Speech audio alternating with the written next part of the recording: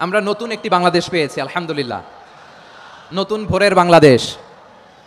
এখন আমাদেরকে ঐক্যবদ্ধ থাকতে হবে, বিচ্ছিন্ন থাকলে হবে না, ঠিক কিনা? আমি প্রায় বলি, যখন আমরা একা থাকি তখন আমরা ব্যক্তি, যখন আমরা সবাই মিলি তখন আমরা শক্তি। আমাদের এই ইউনিটি, আমাদের এই ঐক্যবদ্ধ শক্তিকে আগামীর ইসলামের জন্য কাজে লাগাতে হবে। চিল্লায় বলেন ঠিক কিনা?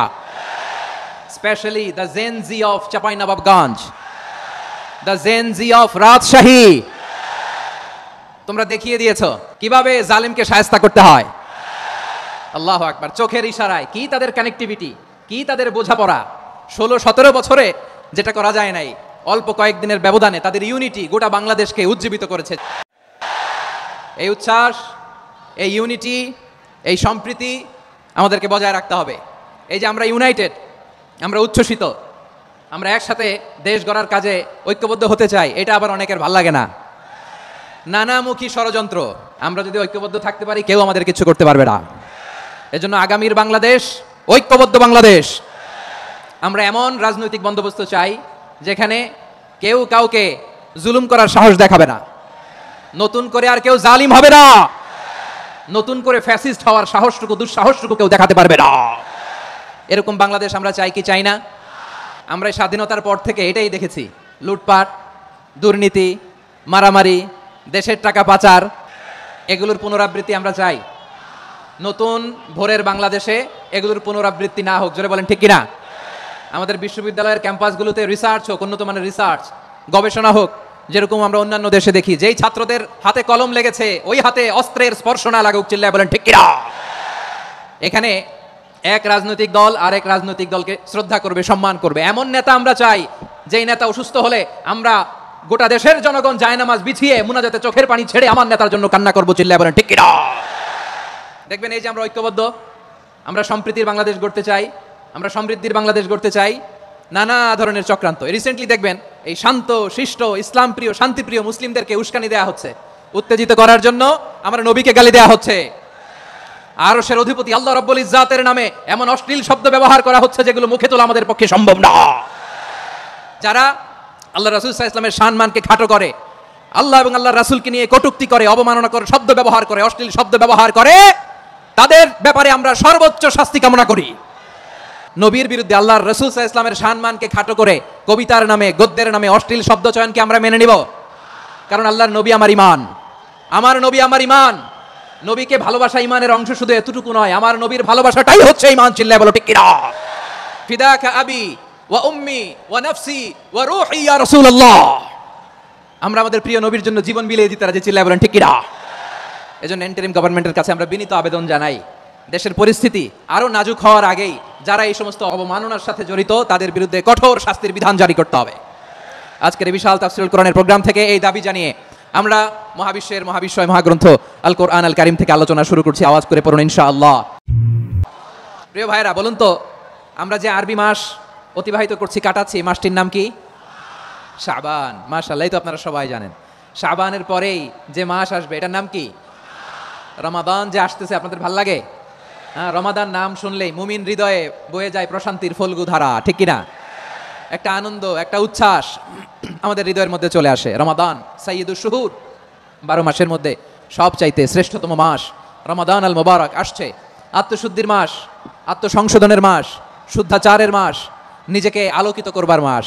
এই রমাদানুল মুবারকে আমাদের কি করণীয়, কি বর্জনীয়, what to do and what not to do, এই টপিকসের উপর কিছু কথা আপনাদের সামনে উপস্থাপন করব ইনশাআল্লাহ। ওমা তাওফীকি ইল্লা বিল্লাহ।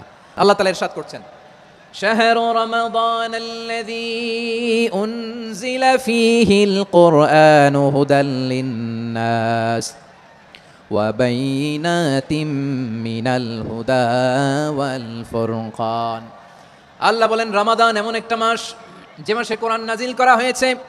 আর এই কোরআন হচ্ছে বিশ্ব মানবের জন্য পথ নির্দেশিকা, হেদায়েতের সুস্পষ্ট বর্ণনা এবং সত্য মিথ্যা পৃথক করার আসমানি মানদণ্ড রূপে জামিনে আমাদের জন্য কোরআন নাজিল করেছে কে?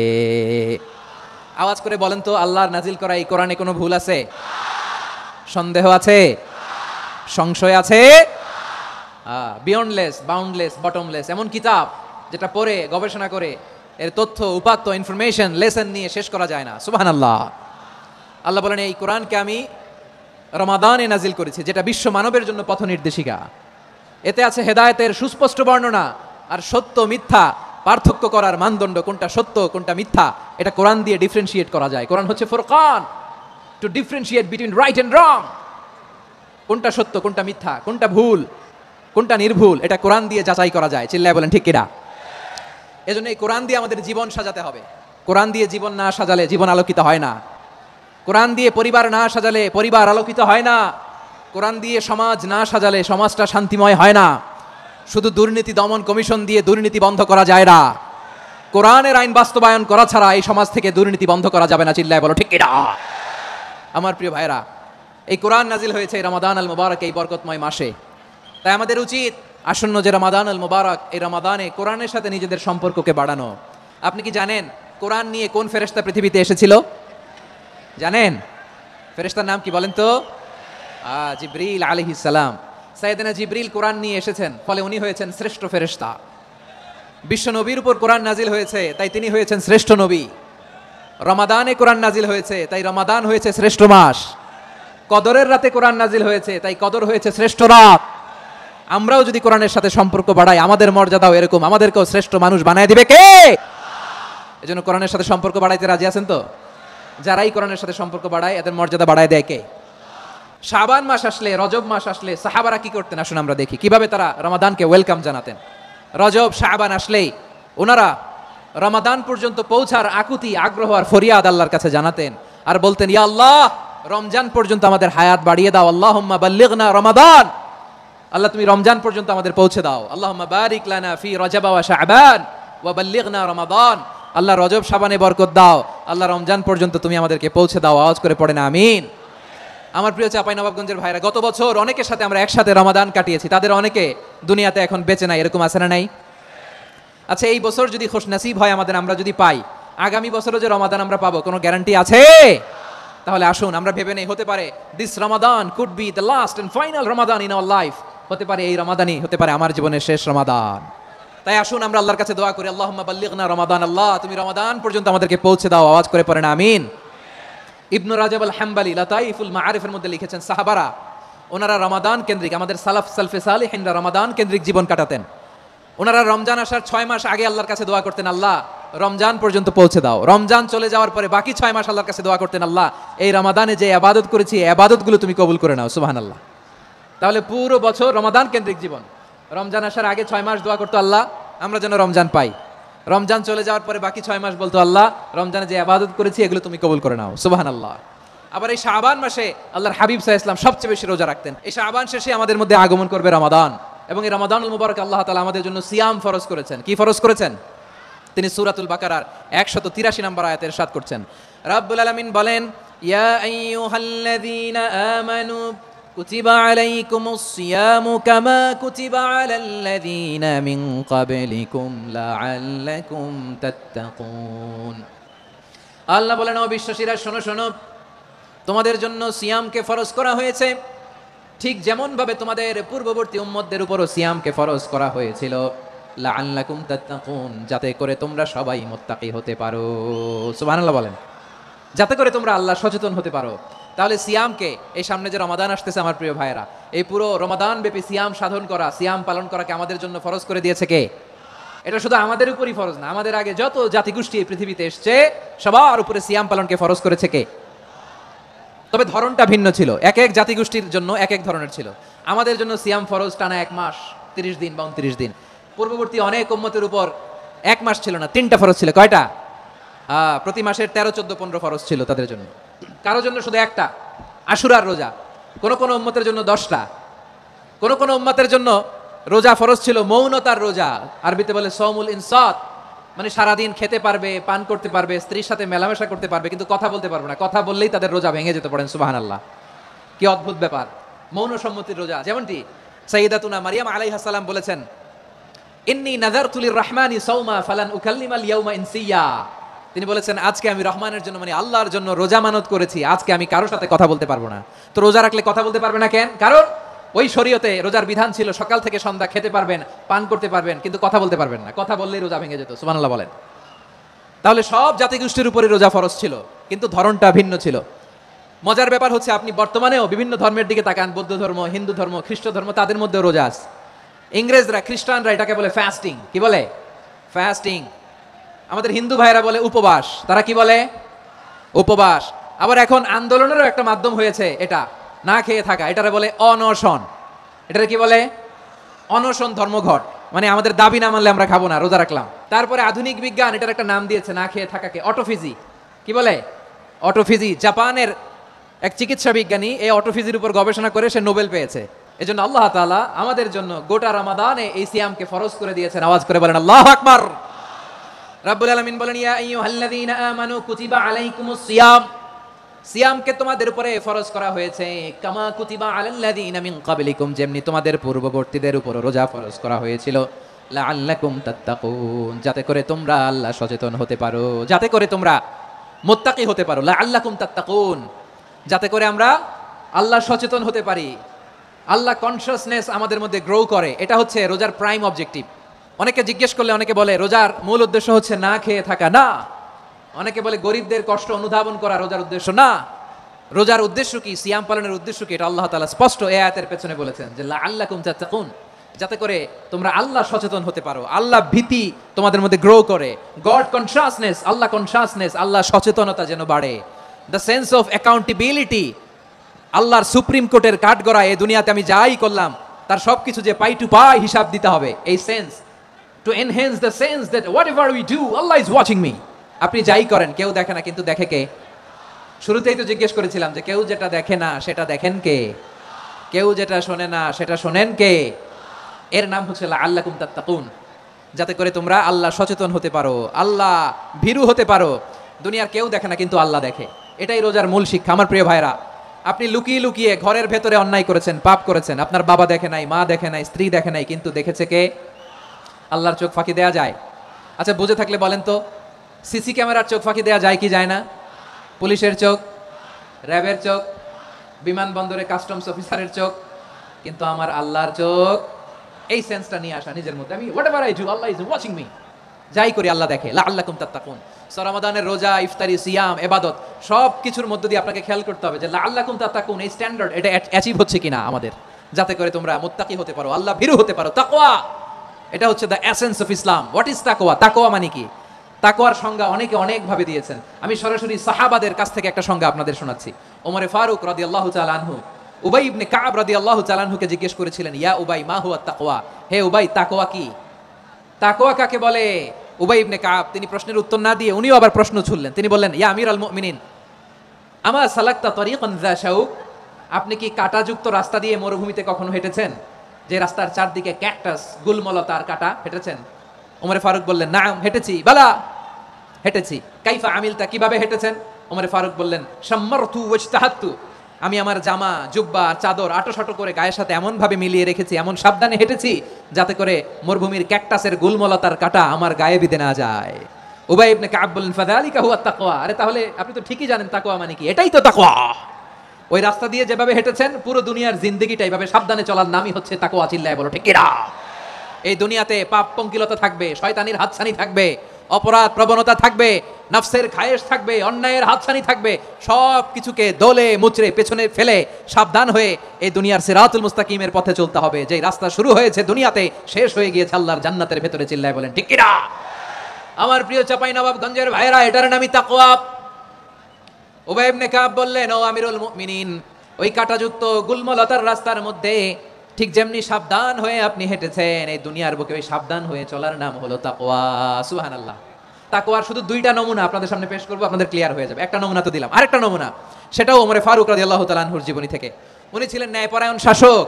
রাত্রিবেলা প্রজাদের কি হাল হাকিকত, কি অবস্থা, ঘুরে ঘুরে প্যাট্রোলিং করতেন পুলিশের মতো। সারা রাত তিনি ঘুরেছেন কার কি অবস্থা দেখে, শেষ রাতে তিনি ফিরে আসতেছেন। তিনি থাকতেন, সেই বুখারীতে এসেছে, কানা ইয়াসকুনু ফি আওয়ালিল মদিনা, মদিনার উঁচু এলাকায় থাকতেন। তো ফিরে আসার সময় উনি একটা প্রাচীর বেষ্টিত ঘরের পাশে দুইজন নারীর কথোপকথন শুনতে পেলেন। একজন বৃদ্ধা, একজন যুবতী।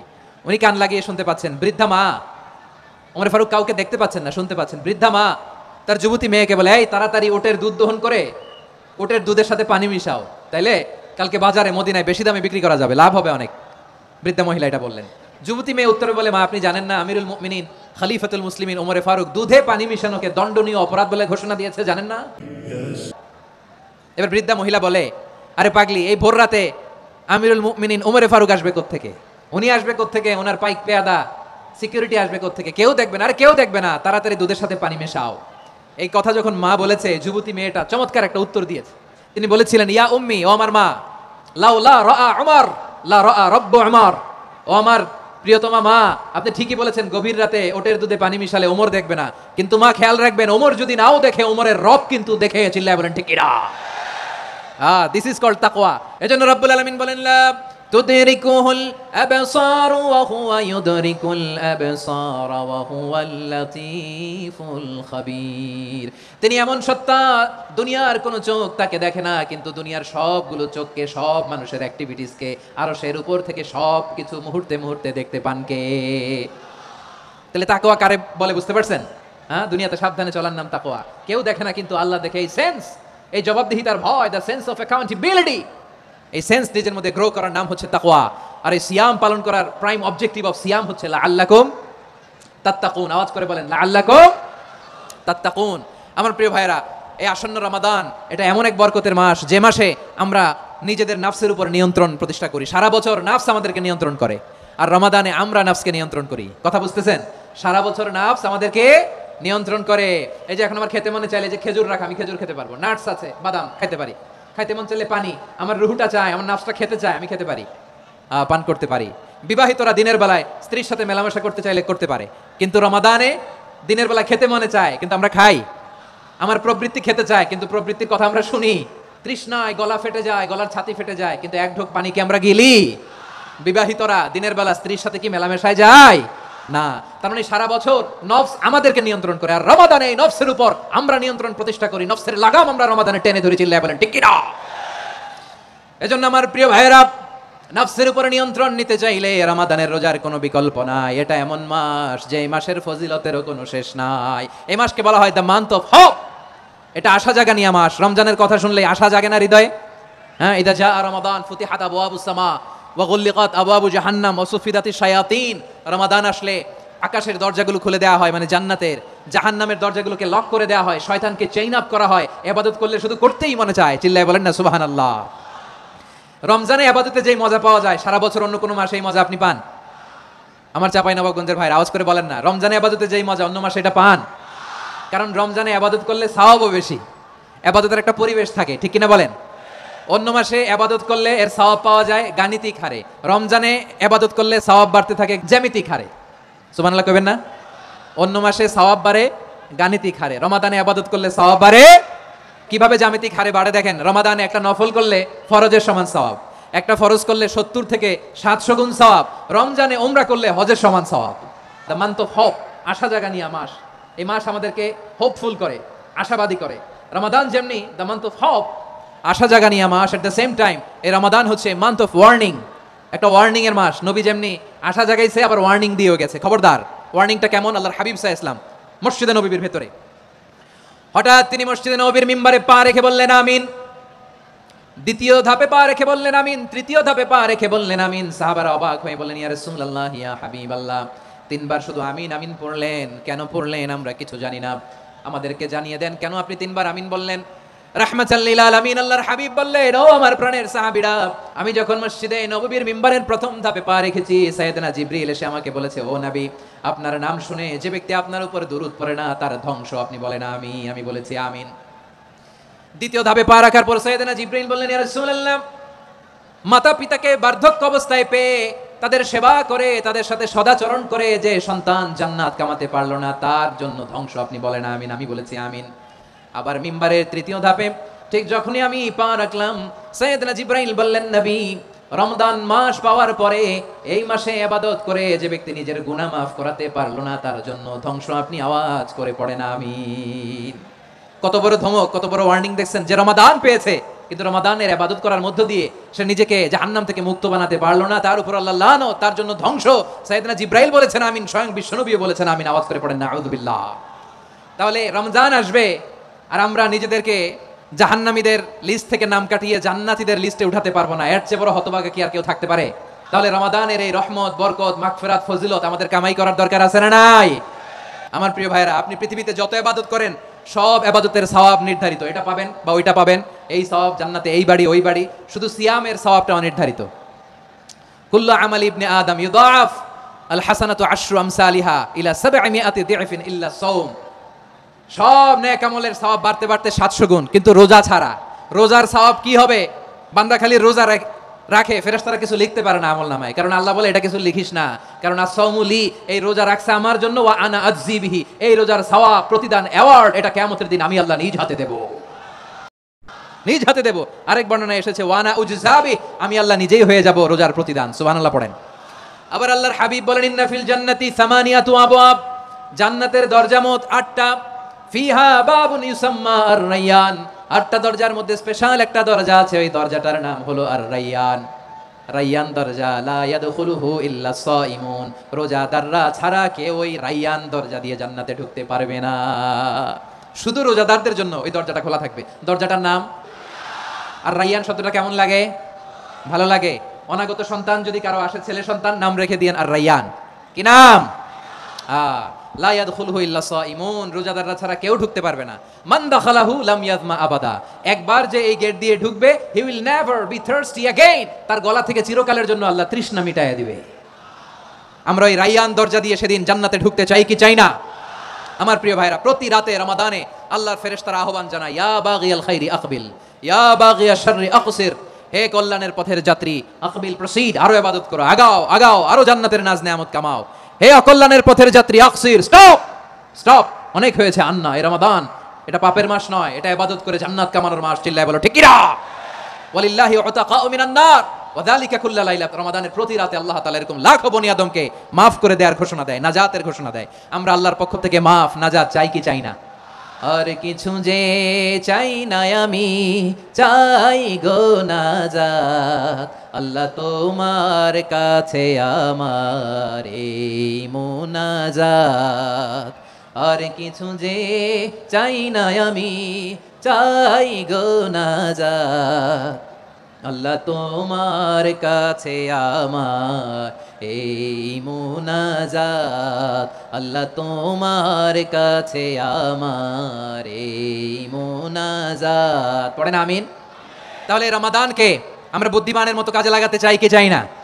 বুদ্ধিমানের মতো কাজে লাগাইতে হবে, মুমিনরা স্মার্ট হয়। এই রমাদানে আমাদের কি করণীয়, কি বর্জনীয়, সংক্ষেপে 7টা করণীয় 7 মিনিটে, 7টা বর্জনীয় 7 মিনিটে বলে আমরা বিদায় নিব ইনশাআল্লাহ। বলেন আসন্ন রমাদানে আমাদের 7টি করণীয়। 1 নাম্বার করণীয়, এই রমাদানকে আপনি কোরআনময় করে তুলুন, কোরআনময় করে তুলুন 2025 এর রমাদান। এই হচ্ছে আজকের প্রোগ্রামের স্লোগান। কোরআনময় করতে রাজি আছেন? কোরআন তেলাওয়াত করতে রাজি আছেন? আমার প্রিয় ভাইরা, ধীরস্থির ভাবে কোরআন তেলাওয়াত করুন, তাড়াহুড়ো করে নয়। আনাস রাদিয়াল্লাহু তাআলা আনহু বলতেন, রুব্বা কারি লিল কোরআন ওয়াল কোরআনু ইয়ালআনহু, কোরআনের অনেক কারি আছে যারা কোরআন পড়ে কিন্তু সওয়াব পায় না, বরং আল্লাহর কোরআন তার বিরুদ্ধে আল্লাহর দরবারে নালিশ করে, আল্লাহ লানত করতে থাকে। আমরা কি ওইরকম কোরআনের তেলাওয়াতকারী হতে চাই? না। ধীরস্থির ভাবে, ওয়ারাত্তিলিল কোরআন তারতিলা, তার তিলের সাথে পড়বেন।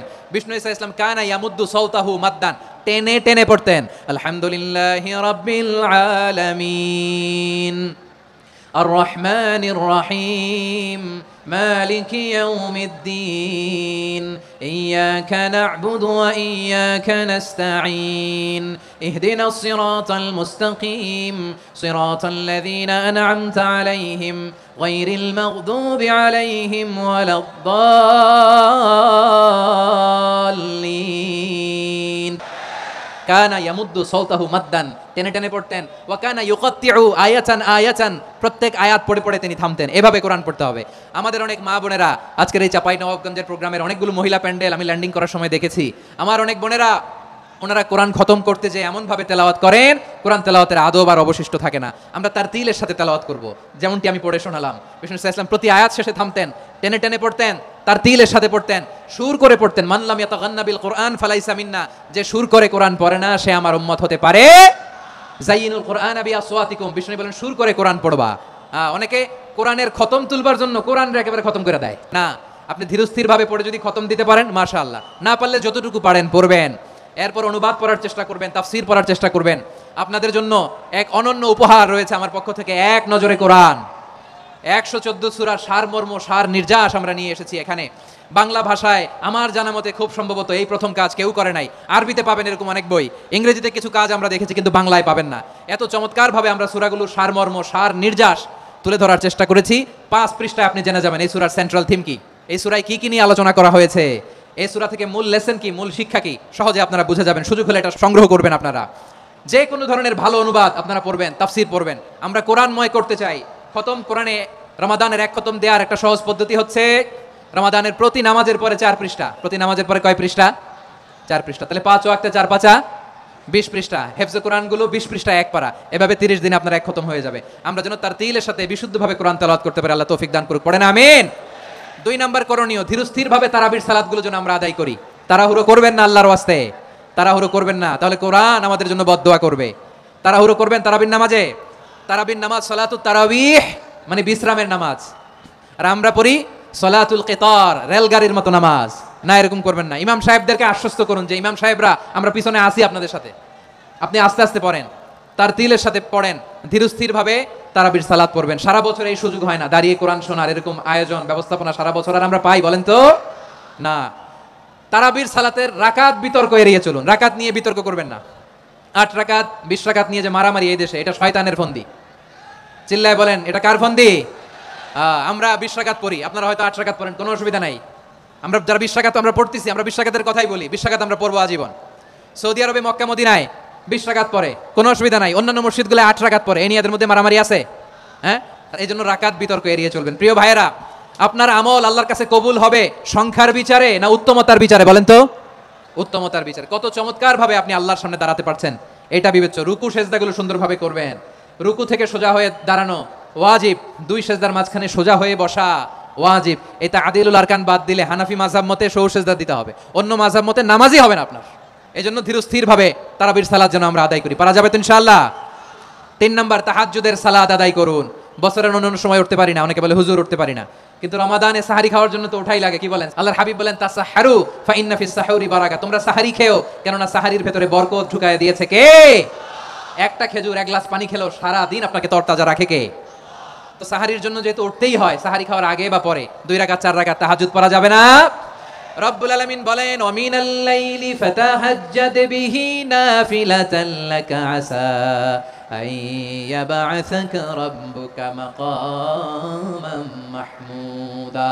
ও নবী, রাতের কিছু অংশ সময় তাহাজ্জুদের সালাত আপনি আদায় করবেন, কারণ এই তাহাজ্জুদ হলো আপনার জন্য নাফিলাতাল লাক, অতিরিক্ত ফরজ। আপনাকে মাকামে মাহমুদে অধিষ্ঠিত করবে কে? এজন্য যারা সম্মানিত হতে চান, সম্মানের আসনে যেতে চান, তাদের জন্য তাহাজ্জুদ অবধারিত। আমরা রমজানে সাহারির আগে তাহাজ্জুদ পড়তে চাই কি চাই না? এই নামাজটা আল্লাহ বড্ড ভালোবাসেন। কেন জানেন? কারণ গভীর ঘুমকে স্যাক্রিফাইস করে আমরা এই নামাজ পড়ি। ঘুমের আরবি জানা আছে কারো? ঘুমরে আরবিতে কি বলে? অনেকগুলো আরবি আছে। একটা আরবি হচ্ছে নুআস, তন্দ্রা, তন্দ্রা, আমানাতান নুআস কোরআনে এসেছে। আরেকটা আছে ঝিমুনি, ঝিমুনি, এইভাবে ঝিমুনি আসে ঘুমের আগে, এটারে বলে সিনা। এটারে কি বলে? সিনা। স্বাভাবিক ঘুমকে আরবিতে বলে নাউম। স্বাভাবিক ঘুমকে কি বলে? এই সিনা আর নাউমকে আল্লাহ এক আয়াতে এনেছেন, লা তাখুযুহু সিনাতু ওয়ালা নাউম। আল্লাহর তন্দ্রা নাই, ঘুম নাই, ঘুমের আগে যে তন্দ্রা আছে ওইটাও নাই। তাহলে নুআস, সিনা, নাউম পেলাম। আরেকটা ঘুমের আরবি হচ্ছে হুজুদ। এটা মাঝরাতের ঘুম, শেষ রাতের ঘুম, যেই ঘুমটা বড্ড মজা লাগে।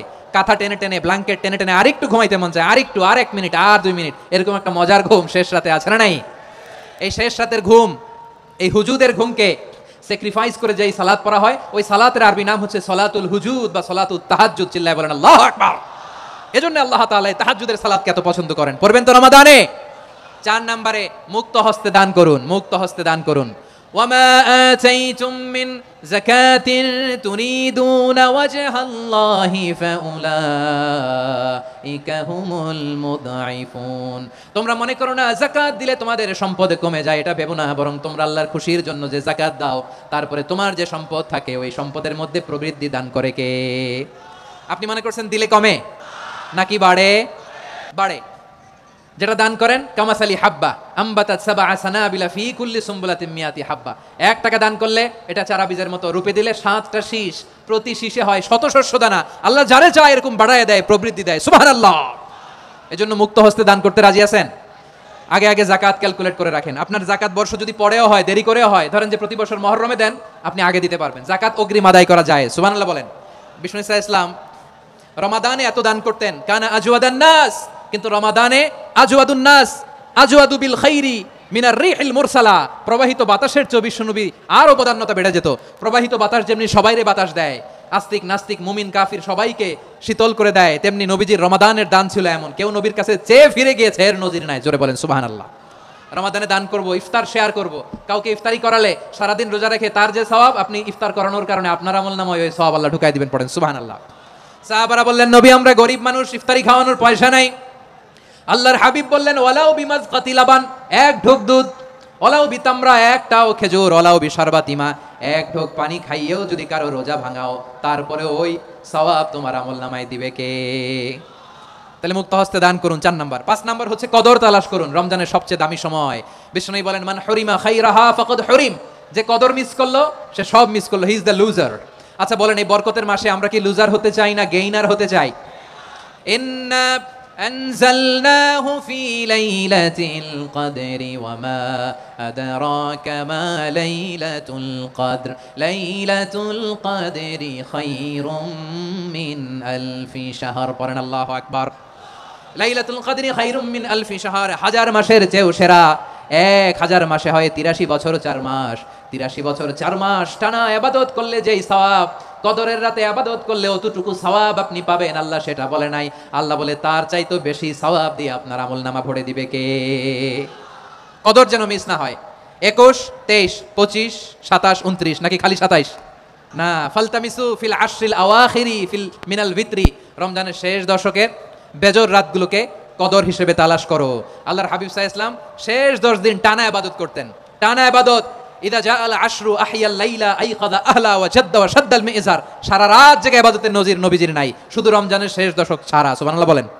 নিজেও ঘুমাতেন না, ফাতেমা রাদিয়াল্লাহু তাআলা আনহু, আলী রাদিয়াল্লাহু তাআলা আনহু কাউকে ঘুমাতে দিতেন না, সবাইকে জাগিয়ে তুলতেন। আমরা সারা রাত জেগে ইবাদত করব, রাজি আছেন তো? কদর যেন আমাদের মিস না হয়। আজকে থেকেই ক্যালেন্ডারে মার্ক করে রাখেন, সব কাজ পেছনে ফেলে, সব ব্যস্ততাকে পেছনে ফেলে ইবাদতের জন্য আমরা প্রস্তুত থাকবো কদরের রাতে। কোনোভাবে কদর যেন আমাদের মিস না হয়, ইনশাআল্লাহ। বলেন তো সবাই। 6 নম্বরে পারলে ইতিকাফ করবেন। আল্লাহর হাবিব সাল্লাল্লাহু আলাইহি ওয়াসাল্লাম প্রতি বছর 10 দিন ইতিকাফ করতেন। যে বছর ইন্তেকাল করবেন সে বছর 20 দিন ইতিকাফ করেছেন। আপনি বলবেন, হুজুর ইতিকাফ না করলে সমস্যা কি? আমার নবী একটা ইবাদত সারা জীবনেও ছাড়ে নাই, আর আপনি জীবনে একবারও করেন নাই। এবার হিসাব আপনার কাছে। না পারলে অন্তত রাত্রি বেলাগুলো মসজিদে কাটাবেন। পারবেন তো ইনশাআল্লাহ? সব শেষে শিশু এবং নারীদের ব্যাপারে বিশেষ খেয়াল রাখবেন। শিশুদের রমাদানের ব্যাপারে উৎসাহ দেন, তাদের প্রস্তুতি নেওয়ান, তাদেরকে রোজা রাখতে দিবেন। আমার ভাইয়েরা এবং বোনেরা, পর্দার আড়ালে মায়েদেরকে বলবো, চাপাই নবাবগঞ্জের মায়েরা, 1 দিন 2 দিন না খেয়ে থাকলে আপনার ছেলে মেয়ে মারা যাবে না। ওদেরকে উৎসাহিত করেন, ওদের ছোট্ট যারা রাখতে দেন, বলেন যে বাবা সকাল থেকে দুপুর পর্যন্ত না খেয়ে থাকলে তোমার অর্ধেক রোজা, এরকম 2 দিন অর্ধেক মিলে তোমার 1 রোজা। এরকম আমি কত রোজা রাখছি ছোটবেলায় কোনো হিসাবই নাই। আমার দাদি বলতো সকাল থেকে না খেয়ে দুপুর 12টা পর্যন্ত রাখলে নাকি অর্ধেক হয়, এরপরের দিন অর্ধেক, 2 অর্ধেক মিলে 1 রোজা। এটা তো আসলে রোজা হয় না, কিন্তু তাকে উৎসাহ দেয়া। ইফতার প্রোগ্রামগুলোতে নিবেন আমাদের বাচ্চাদেরকে, দেখবেন যে ওর ক্ষুধা লাগতেছে, খায় না, কারণ কেউ খায় না। একজন আজান দিচ্ছে, সবাই খেজুর নিয়ে ইফতার করতেছে। এই দৃশ্য, এই ট্র্যাডিশন, এই ইবাদত, এই তারবিয়া ওর আগামীর জীবনটাকে সুন্দর করবে। চিল্লায় বলেন ঠিক কি না? এভাবে আগামীর প্রজন্মকে আমাদের গড়তে হবে। শিশুদের রোজার ব্যাপারে প্রস্তুতি নিন, উৎসাহ দিন। আর নারীদেরকে কষ্ট দিবেন না। সারা দিন পেঁয়াজু, আলুর চপ, বেগুনি, পাকোড়া, ছোলা, মুড়ি, শরবত, রুয়াবজা আছে না নাই, বানাতে বানাতে আমাদের বোনেরা কাহিল হয়ে যায়, আর তারাবি পড়তে পারে না, ইবাদত করতে পারে না। আমরা যেন আমাদের বোনদের প্রতি ইহসান করি। পারবেন তো সবাই? এই 7টি করণীয়, 7টি বর্জনীয়। 1 নাম্বার, বিলম্বে ইফতার করবেন না কখনো। 1 নাম্বার, দেরি করে ইফতার করা নিষিদ্ধ। ইহুদিরা দেরি করে ইফতার করে। লা ইয়াজালুন নাসু আলা খাইরিন মা আজ্জালুল ফিতরা। বিশ্বনবী বলেছেন, এই উম্মত যতদিন আগে আগে ইফতার করবে, এই উম্মতের কপাল থেকে কল্যাণ কেউ ছিনিয়ে নিতে পারবে না। চিল্লায় বলেন ঠিক কি না? আজানের জন্য বসে থাকবেন না, সময় দেখবেন।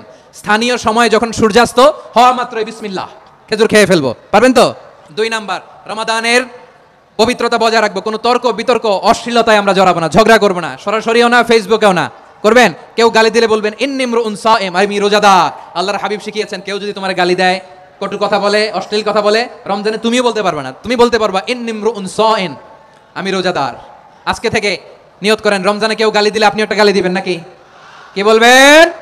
রোজাদার, রমজানের পবিত্রতা আমি ভঙ্গ করতে পারবো না। অশ্লীল নাটক, সিনেমা আমরা দেখবো না।